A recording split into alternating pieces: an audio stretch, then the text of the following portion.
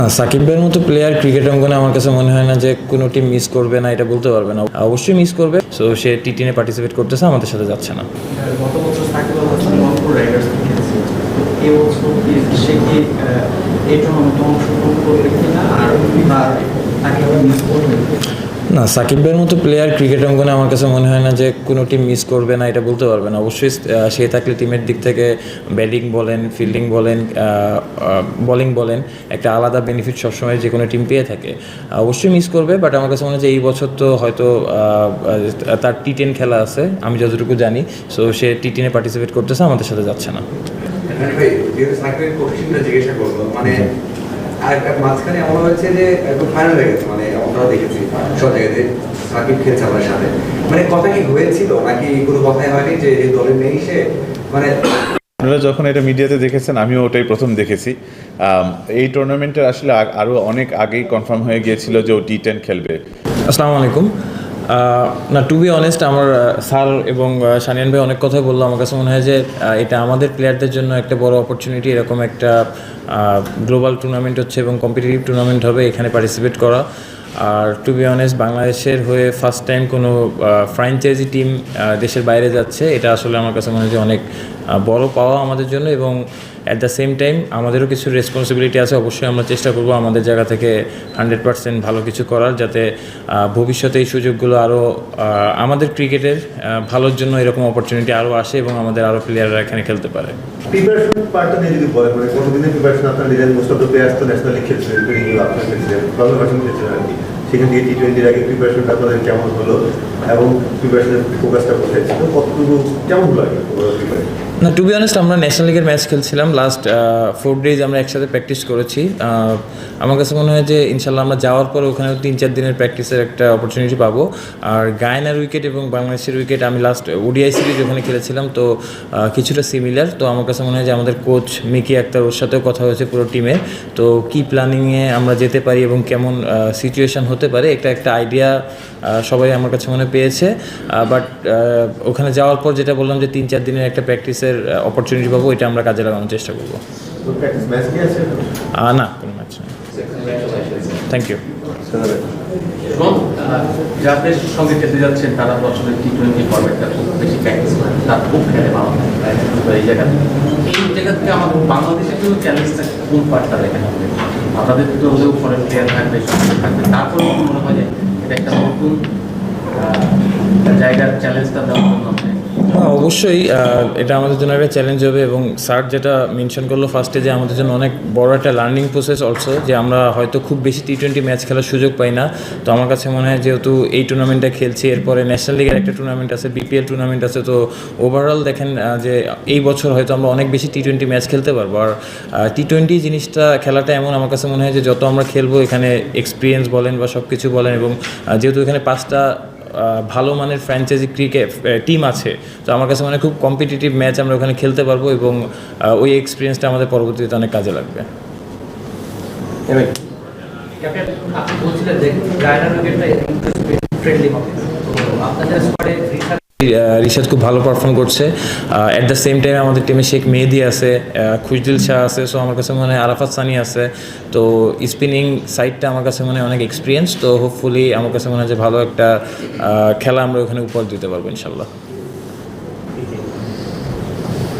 Captain, এইবারই প্রথম বাংলাদেশ থেকে কোনো একটা দল এরকম একটা লিগ খেলতে যাচ্ছে, এটা আসলে কতটা এনজয় করবেন নাকি আসলে মানে সব এনজয়ের প্রেশারটা নিতে চান?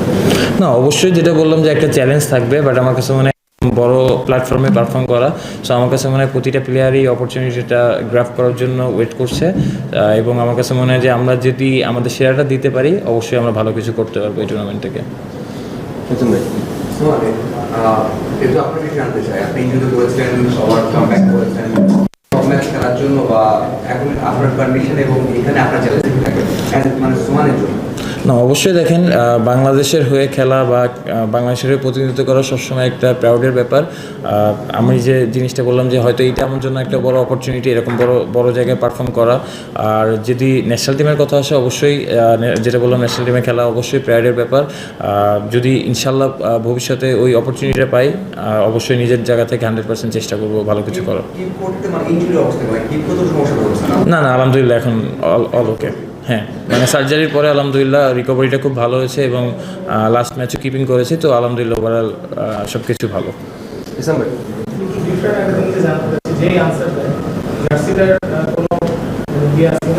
ব্যাটিং সেই মোহাম্মদ আশরাফের ইনক্লুশনটা কীভাবে দেখছেন, আপনার জন্য কতটুকু উপকারী হয়ে এসেছে এই কয়েকদিন তো আপনারা প্র্যাকটিস করছেন? না অবশ্যই দেখেন যে আশরাফুল ভাইয়ের মতো একজন মানুষ যে ইন্টারন্যাশনাল এত বছর খেলে আসছে, এক্সপিরিয়েন্স আছে এবং তার মতো একটা মানুষ আমাদের টিমের সাথে থাকার আমার কাছে মনে হয় যে প্রতিটা প্লেয়ারের জন্য অনেক ইজি হচ্ছে। এবং যদি আমি ভুল না করে থাকি আমার কাছে মনে হয় যে বাংলাদেশের ব্যাটিংয়ের স্তম্ভ বলা হতো আশরাফুল ভাইকে, তো সেদিক থেকে যদি চিন্তা করা হয় অবশ্যই তার কাছ থেকে অনেক কিছু আমাদের শেখার আছে এবং লাস্ট 3-4 দিন যে প্র্যাকটিস করেছি অনেক কিছু জানতে পেরেছি এবং আমার কাছে মনে হয় যে ইন ফিউচার এগুলো আরও বেশি কাজে লাগবে আমাদের সবার জন্য। আপনি বলছেন যে বাংলাদেশ ক্রিকেটে বাংলাদেশ জাতীয় দলে খেলাটা প্রাউডের বিষয়, কিন্তু আপনি অনডে ক্রিকেটে মাত্র 7টা ম্যাচ খেলতে পেরেছেন এবং আপনার যে স্ট্রাইকের আপনার চ্যাম্পিয়নের সাথে আপনি আরও বেশি ম্যাচ পেতে পারেন, সেই জায়গা থেকে কোনো আক্ষেপ আছে? না অবশ্যই বাংলাদেশের হয়ে খেলা সবসময় প্রায়োরিটির ব্যাপার, বাট ওভারঅল আমাদের এটাও চিন্তা করতে হবে যে টিম কম্বিনেশন এবং অনেক কিছুর জন্য অনেক সময় একরকম সব কিছু যাবে না, কিছু কিছু ক্ষেত্রে হয়তো আপস অ্যান্ড ডাউন থাকবে। অ্যাজ এ প্লেয়ার হিসেবে অবশ্যই খেলতে পারাটা অনেক প্রাউডের ব্যাপার যেটা বলছি, বাট যদি কোনো কারণে না হয় কম্বিনেশন থাকে, অনেক ইস্যু থাকে, তো এইগুলো নিয়ে আমাদের প্লেয়ার লাইফ চলতে হবে এবং আমার কাছে মনে হয় I am looking forward two for the future. So ইনশাল্লাহ ভবিষ্যতে হোপফুলি আবার সুযোগ আসলে যেভাবে ওয়ানডে এভারেজ বা স্ট্রাইক রেট যেভাবে মেনটেন করেছি লাস্ট কয়েকটা ম্যাচে, চেষ্টা করবো যাতে এর থেকে আরও ভালো করতে পারি এটাই। যদি বলি এটা ক্লাব বিশ্বকাপ, এই বিশ্বকাপে আপনি কীভাবে দেখবেন? অবশ্যই বিশ্বকাপ এটা কি কীভাবে স্মরণীয় করে রাখেন? না এটা অবশ্যই দেখেন আমাদের জন্য একটা চ্যালেঞ্জ এবং খুব বেশি এক্সাইটেড প্রথম যখন শুনেছিলাম যে এরকম একটা অপরচুনিটি আসতে যাচ্ছে, তো হয়তো বাংলাদেশের আগে এই ধরনের অপরচুনিটি আমরা প্লেয়ার হিসেবে পাই নাই অন্য কোথাও যে খেলার, তো অনেক বেশি এক্সাইটেড এবং আমার কাছে মনে হয় যে এখানে হারানোর কিছু নাই, পাওয়ার অনেক কিছু আছে। তো এই অ্যাজ এ প্রফেশনাল প্লেয়ার হিসেবে এই চ্যালেঞ্জটা আমাদের সবারই নেওয়া উচিত এবং আমার কাছে মনে হয় যে প্রতিটা ছেলে এটার জন্য ওয়েট করতেছে চ্যালেঞ্জটা নেওয়ার জন্য।